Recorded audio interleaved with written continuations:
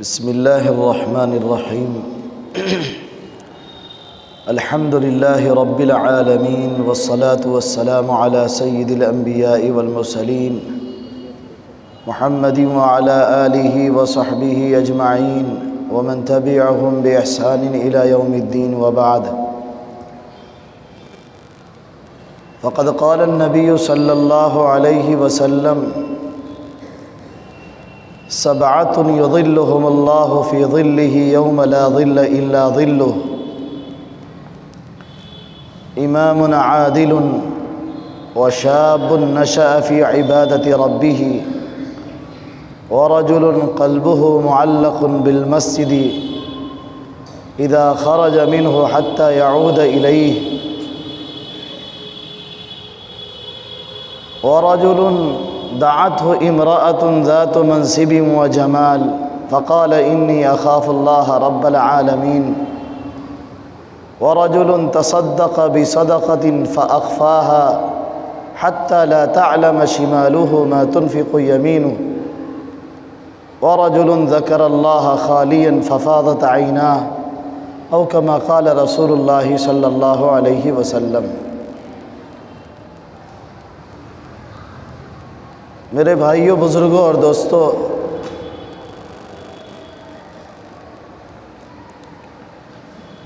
اس حدیث پاک کے اندر اللہ کے نبی صلی اللہ علیہ وسلم نے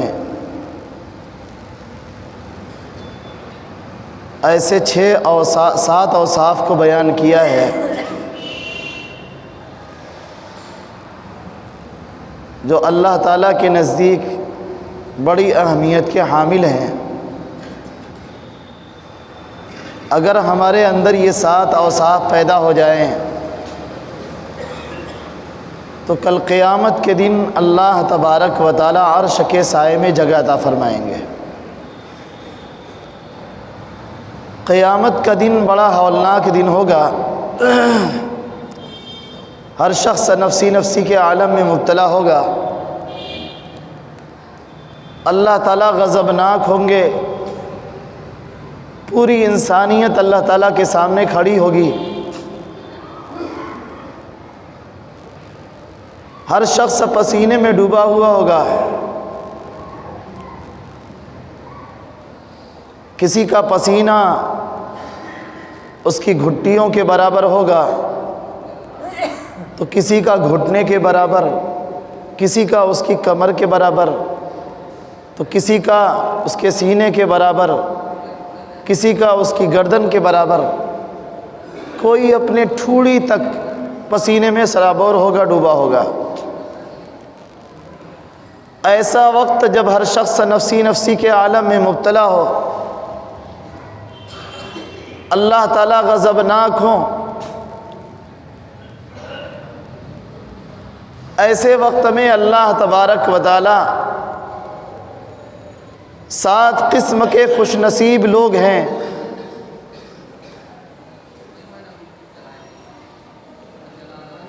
جن کو اللہ تبارک و تعالی عرش کے سائے میں جگہ عطا فرمائیں گے.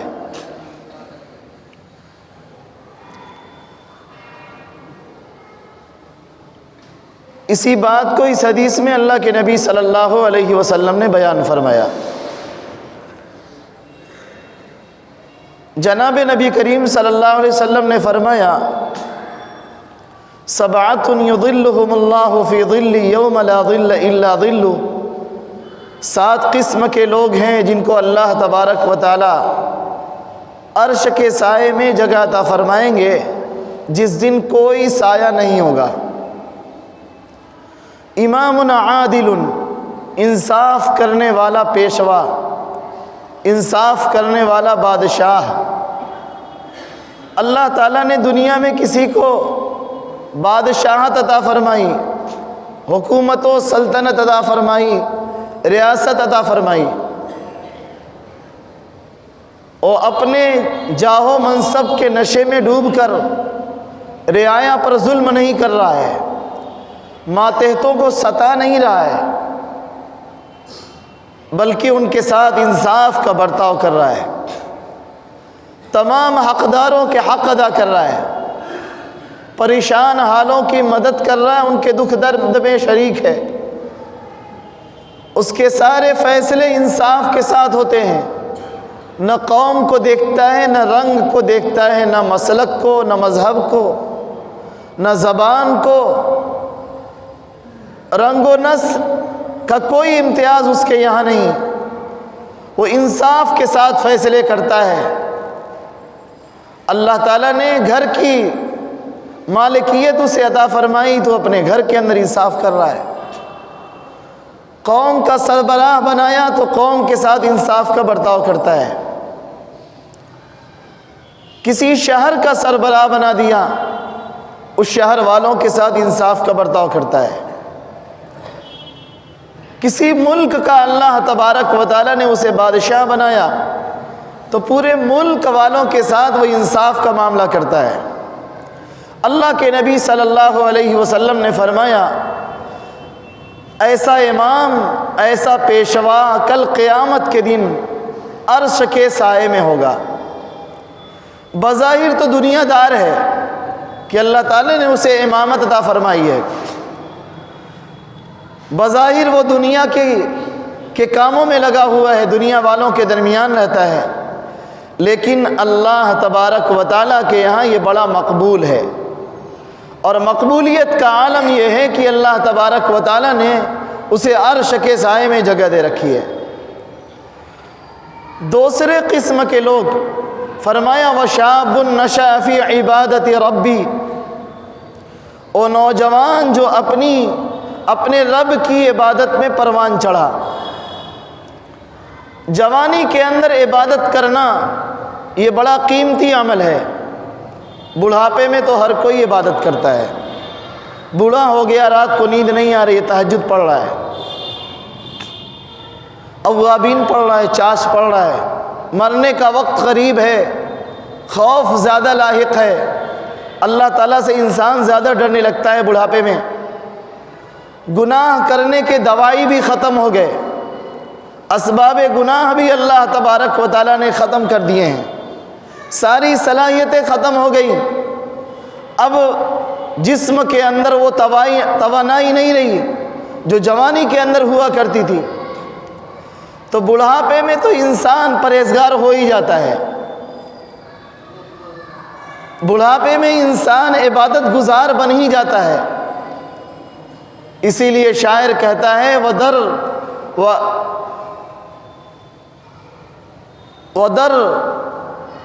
کہ بڑھاپے کے اندر تو ظالم ودر پیری گرگ ظالم می شود پرہیزگار، بڑھاپے کے اندر ظالم بھیڑیا بھی پرہیزگار بن جاتا ہے۔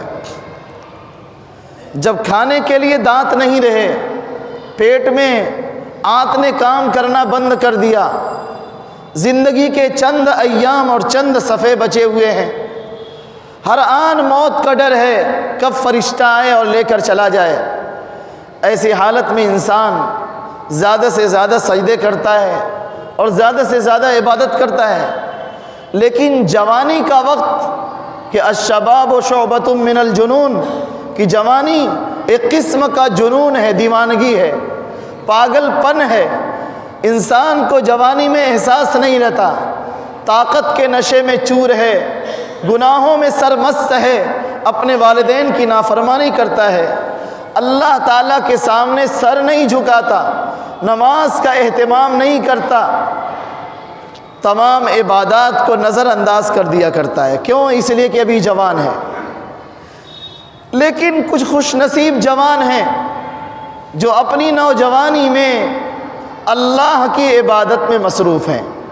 حضرت عبداللہ ابن عباس رضی اللہ تعالی عنہما کہ صرف 10 سال عمر رہی ہوگی، جناب نبی کریم صلی اللہ علیہ وسلم آپ کے خالو ہیں، اللہ کے نبی صلی اللہ علیہ وسلم کے گھر پر قیام فرماتے، رات کی تنہائیوں میں نبی کریم صلی اللہ علیہ وسلم کی عبادت کو دیکھتے،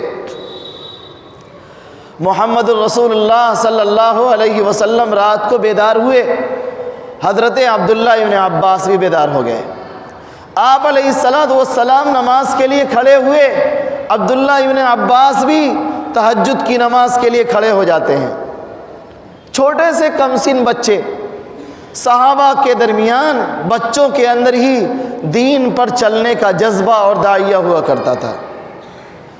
میدان کارزار میں اپنی جانوں کے نذرانے پیش کرنے ہیں، صرف 12 سال کی عمر ہے، 13 سال کی عمر ہے، اللہ کے نبی صلی اللہ علیہ وسلم کی خدمت میں حاضر ہوتے ہیں، کہتے یا رسول اللہ ہم بڑے ہو گئے، ہم بھی اللہ کے راستے میں نکلیں گے۔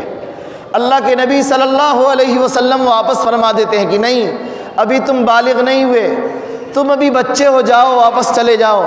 وہ پنجوں کے بل کھڑے ہو جاتے کہ ہمیں بھی قبول فرما لے، ہمیں بھی لے چلیں۔ تو نوجوانوں کے اندر دین پر چلنے کا داعیہ اور جذبہ ہوا کرتا تھا۔ ہمارے زمانے کا نوجوان موبائل کے اندر عیش و مستی کے اندر زندگی گزار رہا ہے، نماز کی اس کو فرصت نہیں، نماز کا اسے احساس نہیں، اللہ تعالیٰ کے سامنے سر جھکانے کے لیے تیار نہیں ہے۔ جناب نبی کریم صلی اللہ علیہ وسلم کے زمانے میں ایک نوجوان کے سامنے آیات خوف پڑھی گئیں، اللہ تبارک و تعالیٰ کے عذاب کا تذکرہ ہوا، وہ فوراً غش کھاتا ہے، زمین پر بے ہوش ہو کر گر جاتا ہے۔ نبی کریم صلی اللہ علیہ وسلم کے زمانے کا نوجوان خدا ترس تھا، اس کی نگاہیں غیروں کی طرف نہیں اٹھتی تھیں، وہ بڑا حیادار اور بڑا پاک دامن تھا۔ ہمارے زمانے کا نوجوان، کیا مرد کیا عورتیں بازار کی زینت بنی ہوئی ہیں، ہم اس کو معمولی سمجھتے ہیں لیکن معمولی نہیں ہے، اس کا خسارہ آنے والے کل میں بہت خطرناک ہوگا، ہمیں اس کا احساس نہیں ہے۔ ہماری نوجوان بچیاں کہاں جا رہی ہیں، کس دکان پر جا رہی ہیں، کس سے بات کر رہی ہیں، کس کا سامنا ہو رہا ہے، کہاں سے سودا سلف لے رہی ہیں، نقد لے رہی ہیں کہ ادھار لے رہی ہیں، آئے دن معاملات پیش آ رہے ہیں، لیکن ہم نے ابھی اس کو محسوس نہیں کیا ہوا ہے۔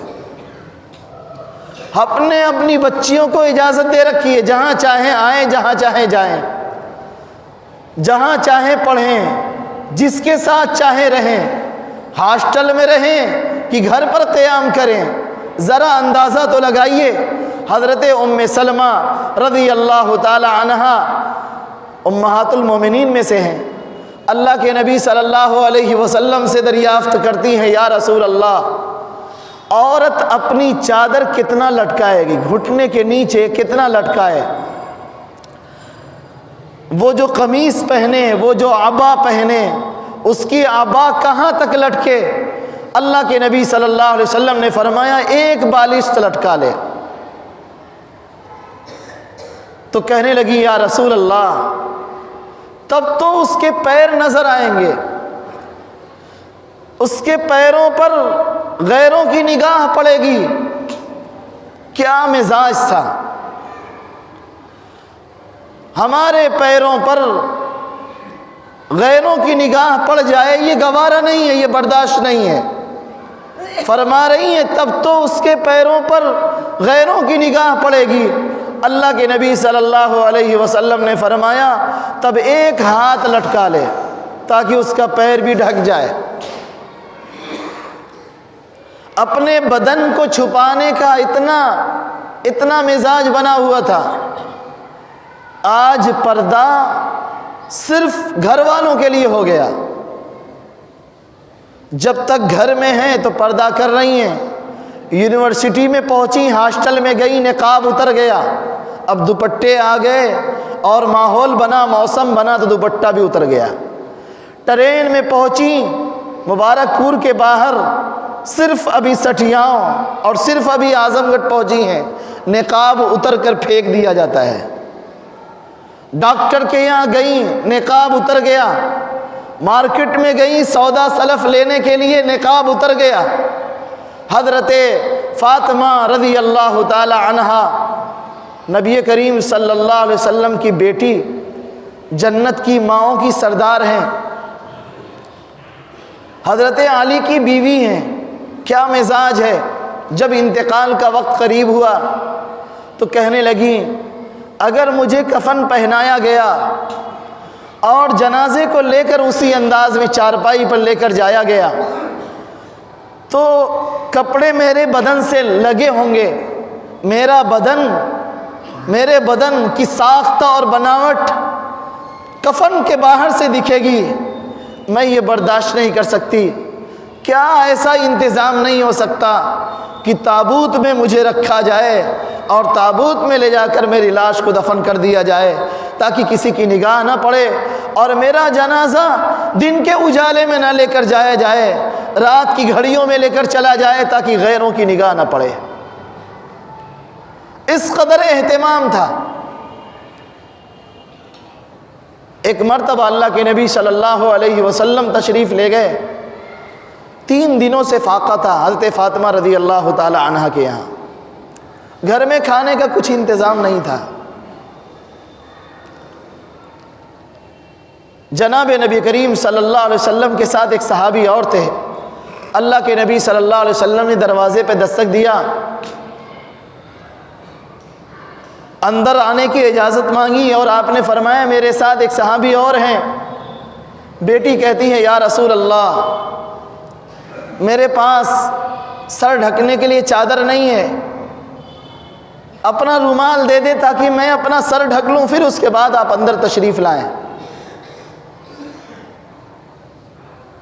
اندر آئے تو کہنے لگے یا رسول اللہ، 3 دنوں سے فاقے ہیں، گھر پہ کھانے کا کوئی نظم نہیں ہے، اس حال میں بھی شریعت کا اتنا اہتمام ہے۔ ایک ماں جن کے 3 بیٹے شہید ہوئے تھے غزوہ احد کے اندر، اپنے بیٹوں کی شہادت کی خبر سن کر مصیبت کے عالم میں جا رہی ہیں، میدان کارزار کی طرف جا رہی ہیں تاکہ جا کر اپنے بچوں کا دیدار کر لیں، بچوں کی زیارت کر لیں، لیکن اس حال میں بھی انہوں نے چادر اوڑھنا نہیں بھولا، سر ڈھکے ہوئے ہیں، مکمل طریقے سے پردے کا اہتمام کیا گیا ہے، اور پردے کا اہتمام کر کے جا رہی ہیں۔ دیکھنے والوں نے کہا اے ماں، اس حال میں بھی آپ اتنا پردہ کیے ہوئی ہیں؟ کہنے لگیں اگر میرے بیٹوں پر آنچ آئی ہے، میرے بیٹوں کو مصیبت لاحق ہوئی ہے، تو کیا میں اپنے دین کو مصیبت میں مبتلا کر لوں؟ یہ پردہ یہ کوئی معمولی چیز نہیں، یہ دین ہے۔ آج پردے کا نظام ختم ہو گیا، پردہ دکھاوٹی رہ گیا۔ آج برقعے بھی جو تیار ہوئے وہ فیشنیبل برقعے، خاص انداز کے برقعے۔ پہلے زمانے کی عورتیں بھی تو نقاب پہنتی تھیں، کیا مجال ہے کہ آپ تمیز کر سکے کہ کون نوجوان ہے کون بوڑھی ہے؟ عمر کا اندازہ ہی نہیں لگتا تھا، ایسا ان کا نقاب ہوا کرتا تھا۔ ہمارے زمانے میں نقاب بدل گئے، لباس بدل گیا، انتہائی چست لباس پہنے جا رہے ہیں اور انتہائی باریک کپڑے پہنے جا رہے ہیں، اور حد تو یہ ہے کہ مارکیٹ میں خود جاتی ہیں، خریداری کرتی ہیں، غیروں سے بات کرتی ہیں، اور دکانوں پر جا کر دیکھ لیے بے پردہ بیٹھتی ہیں، نقاب اتر جاتے ہیں اکثر عورتوں کے سر سے، چادریں ہٹا دی جاتی ہیں، غیروں سے راز و نیاز کی باتیں ہوتی ہیں۔ یہ عام ہے بالکل، ہر باپ اپنی بیٹی کو پارسا سمجھتا ہے، پاک دامن سمجھتا ہے، ہر بھائی اپنی بہن کو پاک دامن سمجھتا ہے، یقیناً سمجھنا چاہیے اور یقیناً یہی گمان کرنا چاہیے کہ وہ پاک دامن ہے۔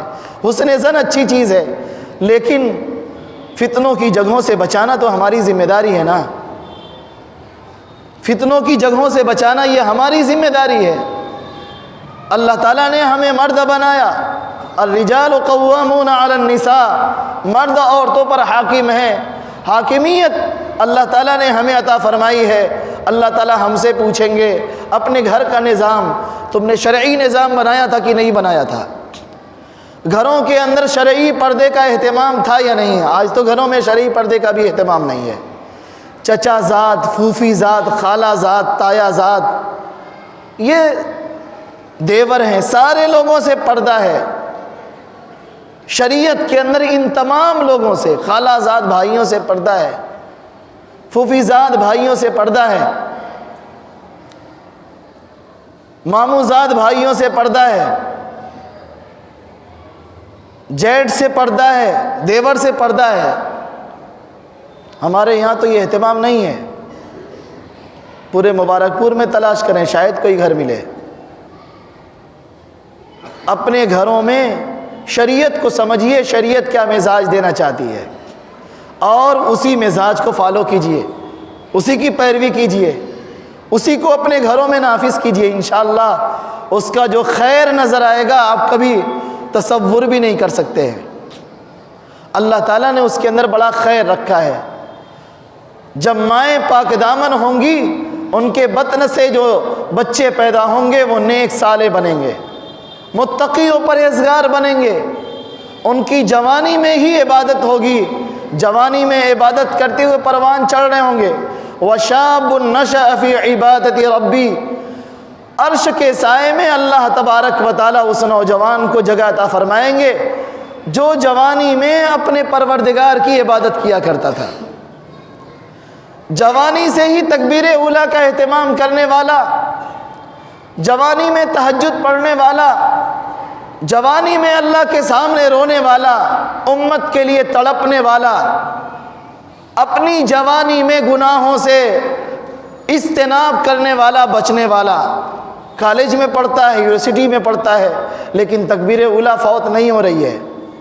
کالج میں پڑھ رہا ہے لیکن تہجد گزار ہے، اشراق کا پابند ہے، اللہ تعالیٰ کے سامنے روتا ہے، گڑ گڑاتا ہے، اپنی نگاہوں کی حفاظت کرتا ہے، نامحرموں پر نگاہ نہیں ڈالتا. ایسے نوجوان اللہ تبارک و تعالیٰ کے یہاں عرش کے سائے میں ہوں گے. اگر ہم نے اپنی جوانی کو بچا لیا زندگی بھر مسکرائیں گے، اور ہم نے اپنی نوجوانی کو ضائع کر دیا زندگی بھر رونا پڑے گا، پچھتانا پڑے گا. گناہگار کو کبھی اللہ تبارک و تعالیٰ اطمینان نصیب نہیں فرماتے، گناہگار کو کبھی چین نہیں ملتا، گناہگار ہمیشہ روتا بلکتا رہتا ہے. معلوم نہیں میری گناہوں کو اللہ تعالیٰ معاف فرمائیں گے نہیں فرمائیں گے. لیکن اگر جوانی کو بچا لیا تو زندگی بھر انسان اطمینان کے ساتھ زندگی گزارتا ہے، اور اطمینان کے ساتھ اپنے رب کے حضور حاضر ہوتا ہے. اللہ تعالیٰ اس کی مغفرت فرماتے ہیں، اسے اونچے درجات عطا فرماتے ہیں. اللہ تعالیٰ ہمیں بھی عرش کے سائے میں جگہ عطا فرمائے، اور ہمیں اپنے اوقات کی، اپنی طاقت و توانائی کی قدر کرنے کی توفیق عطا فرمائے. وآخر دعوانا الحمد للہ رب العالمین.